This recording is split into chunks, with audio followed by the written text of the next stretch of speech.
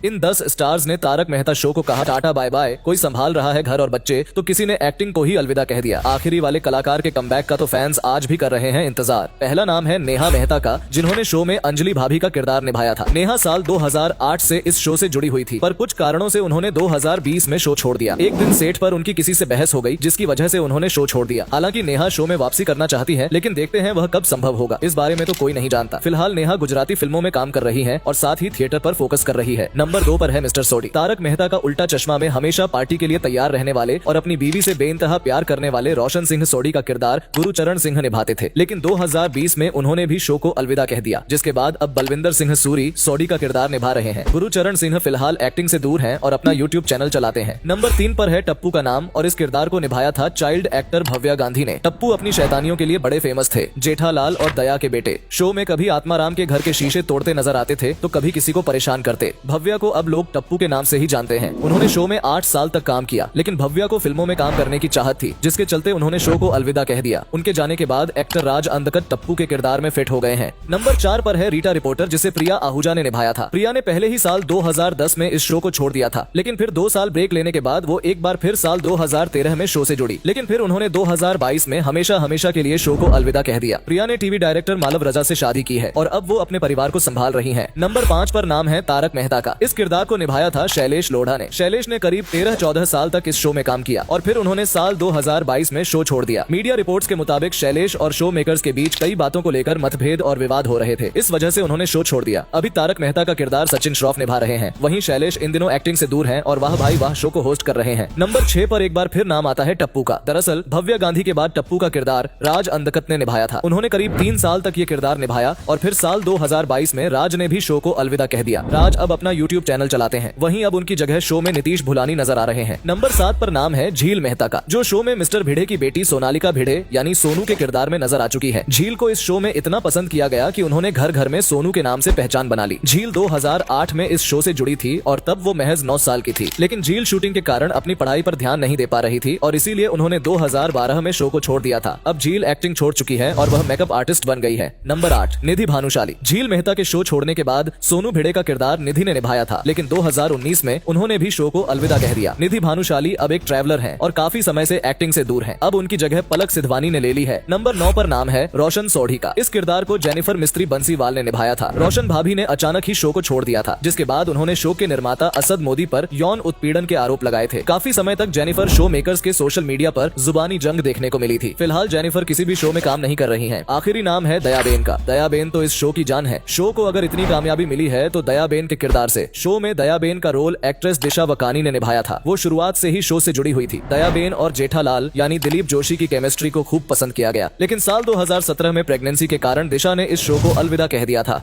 तब से fans show में उनकी वापसी का इंतजार कर रहे हैं। कई बार दिशा के कमबैक को लेकर भी खबरें सामने आई, लेकिन वो अब तक शो में नहीं लौटी हैं। कहा जा रहा है कि अब दिशा की जगह किसी और दयाबेन को लाया जाएगा। वैसे आप इनमें से कौन से कैरेक्टर को सबसे ज्यादा मिस कर रहे हैं? कमेंट करके जरूर बताइए।